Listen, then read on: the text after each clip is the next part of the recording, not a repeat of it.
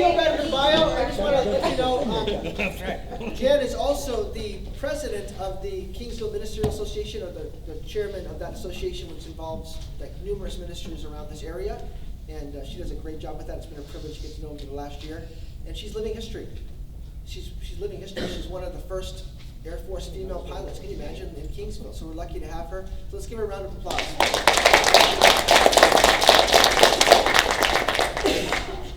I'd say keep the score up there. It's a pleasure to be with you all today. The first thing I was thinking is, I was raised not to draw attention to myself. So please put that on the table, okay? And I will say to you, I do believe history is made up of individual lives. All of you are history in some way to somebody. I think of all the stories I don't know about my grandparents and things like that, and so you are that for other people. But you wanted to, for some reason, know about me. I grew up, as the bio said, in an Air Force family. My dad was a pilot. I was born at Perrin Air Force Base when he was getting checked out in the F-102. Perrin Air Force Base is another one of those bases that doesn't exist anymore. But I grew up around airplane noise, men in flight suits. It seemed like we went to go see the Thunderbirds at an air show every single year. When my husband and I moved here to Kingsville from Houston, Hal was a naval aviator. So you can imagine there was some initial things in common when we first met. But we both enjoyed hearing airplane noise again from about 2 miles away. But as a kid, we moved a lot. I appreciated how you read all those places really fast, because that's what it felt like. By the time I left high school, or left to go to the academy at age 18, I had lived in more houses than I had years. Wow. Now some of those were moving from a smaller, a temporary 3-month thing to but still, a move's a move. Yeah. My mom will tell you. So again, I was born in 1959, so you can do that math. Grew up in the era of, was aware of the Vietnam War being on television, I remember that. And then the Cold War. The year I was in 4th grade and 5th grade, that year my dad went to Vietnam. And so that was just part of the era that I lived in. We lived in Europe for 6 years. Between 1970 and 1976, so I was between a 6th grader and an 11th grader. Now the 1970s were in Germany for 4 years. Baader-Meinhof, the Red Army faction, began a lot of their reign of terror, their really active terror, in 1970, killing German politicians and bombing places where U.S. military was often to be found. There was a bar in Frankfurt that the soldiers liked to frequent. That's one that sticks in my mind. So that was in the background. In 1972, Black September killed 11 Israeli Olympians at the Munich Olympics. That was in the background. My dad flew F-4s when we were in Germany. Once he got into the F-4 to go to Vietnam, he stayed in F-4s. And when we were in Germany, he was attached to a squadron because he was at headquarters doing headquarters things and going off and being the I don't know what you call standards and evaluations, but he was a stand-eval inspector, so the kind of guy that shows up. But when we moved to England, he was a squadron commander of an F-4 squadron, and they were sitting nuclear alert. And I knew that. And I kind of had a sense of where the target was, because Dad would get on the telephone to ask for the weather forecast for someplace on the border of Germany and a Soviet bloc country. So you kind of put things together. So this is, this is what our family did, what we had. When I was a junior in high school, we were about to leave England. A friend of mine who was a senior was applying to go to the Air Force Academy. Debbie did not end up going, but she would have been in the first class of women to go to the academy. And so we went out on a run through the forest one day, and we started that run with, I'm thinking, what the heck? Why are you wanting to do this tomfool thing? Go to the Air Force Academy. And by the end of the run, I thought, boy, that sounds pretty cool, actually. I'll do the same thing. I will say part of it, I think, for me, was that we lived in Europe for 6 years. Great opportunity for a kid. But as far as understanding American culture, all I knew was what was on base. And we came back to the States, came back to Virginia for, around the Washington, D.C. area for my senior year in high school. It was the worst year of my life. And I really didn't know how do you navigate? I went from a school that had 600 kids in grades 7 through 12 to a school that had 600 in my graduating high school class. And that was the smallest high school my parents could find. I knew how the Air Force worked, so that made the Air Force Academy doubly attractive. Then when I was a senior in high school, the military opened up the flying roles and some of the other things to women. My eyes were good. Dad always liked flying.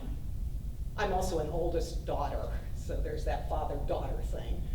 So I thought, well, heck, Dad liked it. Sounds good to me. So off I went. Besides, the skiing was pretty good in Colorado. I was thinking about the Naval Academy, I'll admit that. But it was only 50 miles away from home. Colorado was 900 miles away from home. And my dad did tell me when he thought I was serious about an academy, he suggested the Air Force Academy, not because that was where he was in his career, but because the Air Force Academy was a newer institution. The Military Academy, the Naval Academy, had a lot more history behind them.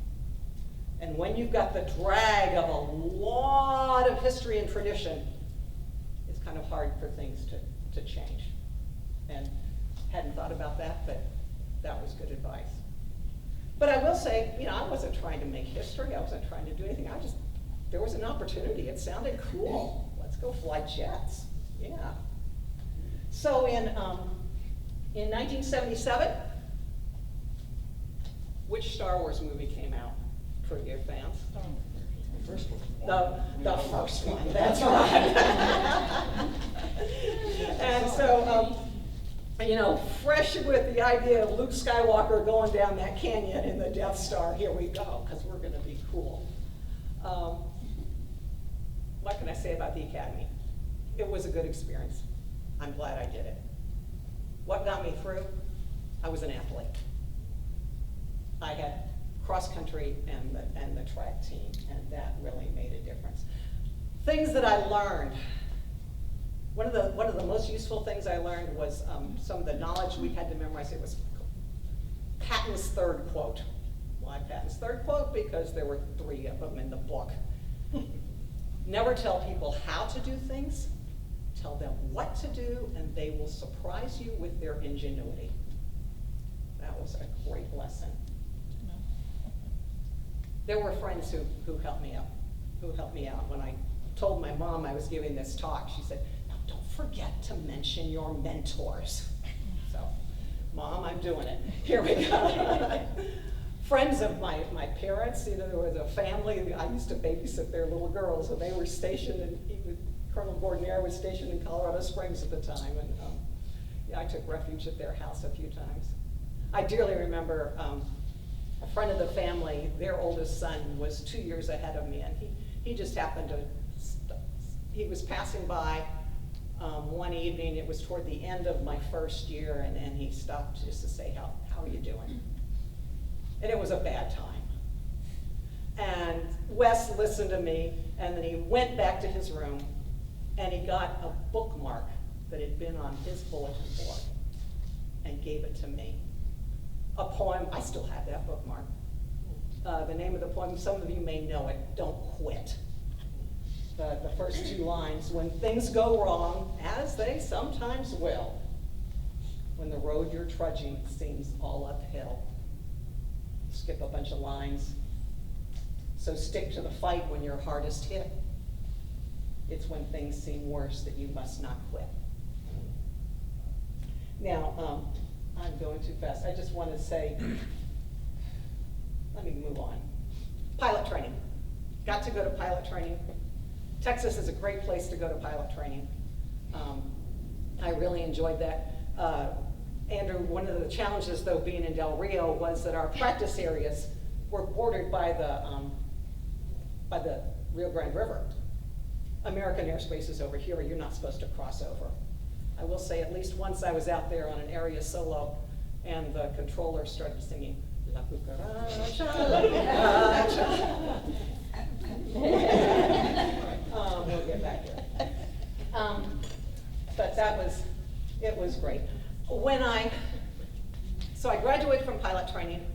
My husband was in the class also, and working joint assignments was hard.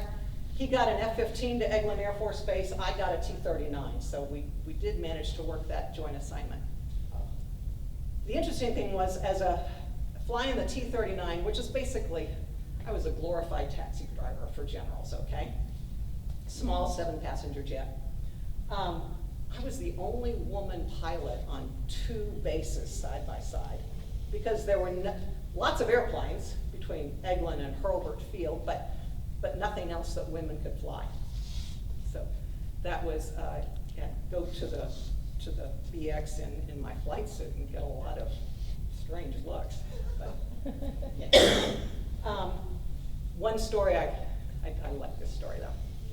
So my brother went to the Air Force Academy after me, and he and a buddy of his came out during their summer vacation one year, because who doesn't want to go to the Florida beaches?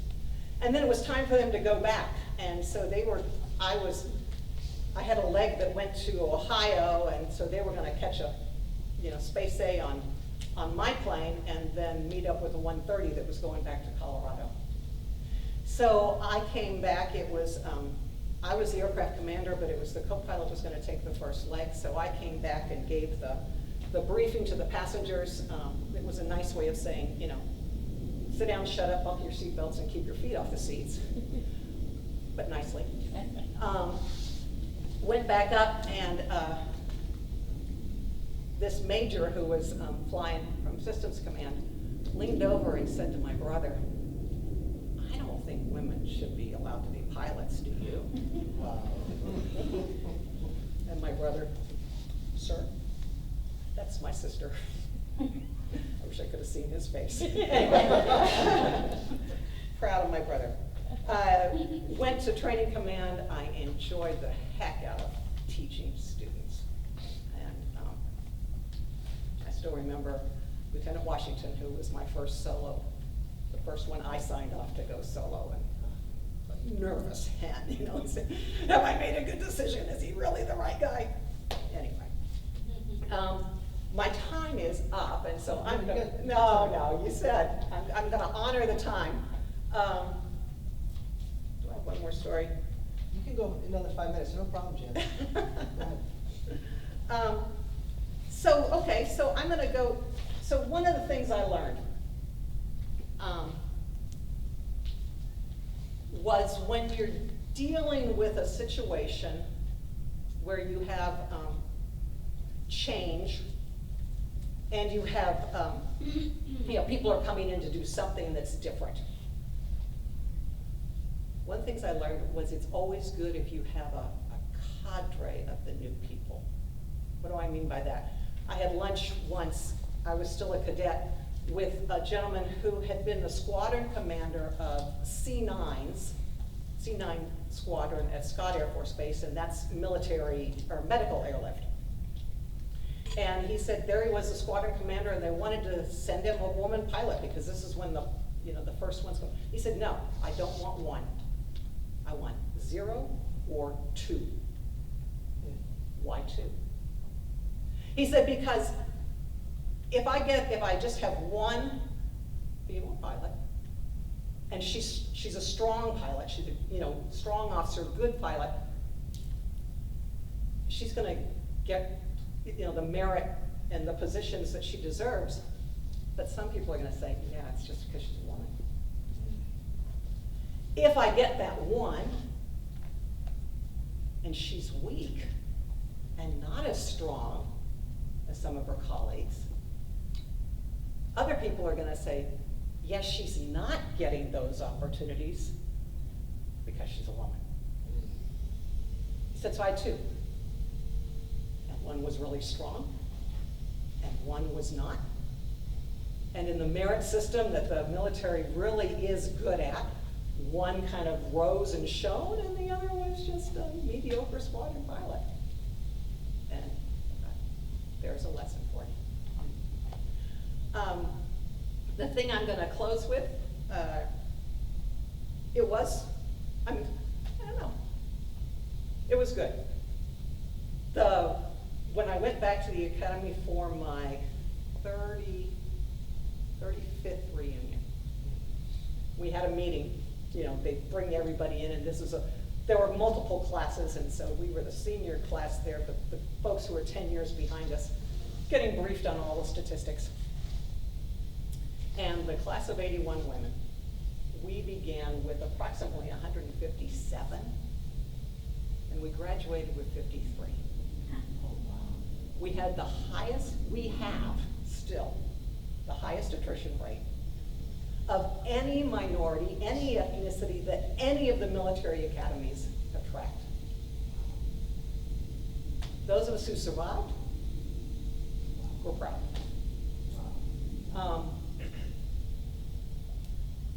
How do I close this? Y'all are leaving legacies for your family.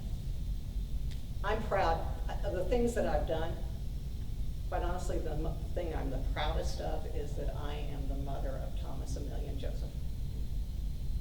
I'm proud of what they've done, where they've been, and where they're going. My name's never going to be in a history book other than the Air Force Academy yearbook. But we all leave history. And the things that all of us do always make a difference for the lives of those around us. Anybody have any questions? When you say you flew generals, that was a jet? Oh yeah, the T-39 is a... How did you get that job? You're basically the pilot for generals and admirals flying. Can you explain about that job? Well, the job was executive support is what we were categorized at. It was kind of a good deal for a unit because we were in a detachment of 15 pilots in Florida. Our squadron is up in Maryland and the wing is over in Illinois. So from a lieutenant's point of view, that was great to be away from all the parties. So out of the Central Scott Airlift, they would schedule you to fly and to do these trips. And so a lot of what I did from Eglin, which is in the panhandle of Florida, is we'd go down to Tampa, which is now CENTCOM, MacDill Air Force Base. We'd show up at MacDill, when the airbase, when the tower opened up at 6 o'clock in the morning. Sometimes we were in holding at 5:58 until finally they wake up and we can get down there and land, pick somebody up and take them up to Andrews Air Force Base for meetings and then take people back. So it was the push. There was a lot of push when we were in that unit for all of us to upgrade to instructor pilot as fast as we could, because there were some general officers who were they were checked out and allowed to fly the airplane. But after there was a fatality a few years before I got into the business, they said, if you're going to have a general officer flying, you need to have an instructor pilot on the plane. And so we were pushed to do that. except for one guy, dealing with generals was fine. It was dealing with their aides, who were 05s. Okay, no, bye. I was just curious because you were one of the first female jet pilots to do that job. Were any of the generals like, oh, did you get any flack like you're a female pilot because you were one of the first? No, see, well, I mean, the numbers were not great, but I was in the 5th year. When I went through pilot training, the first women instructor pilots were just coming out of pilot instructor, coming back. So, yeah.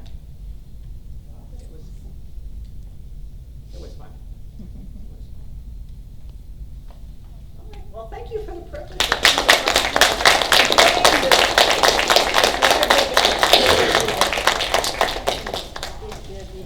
Thank you, Lucy. Thank you so much for coming for this phenomenal way. Those lessons are great for us. Well, have a wonderful day, and make sure you memorize all those facts we learned from that trivia game. And have a blessed day. You're dismissed. Thank you.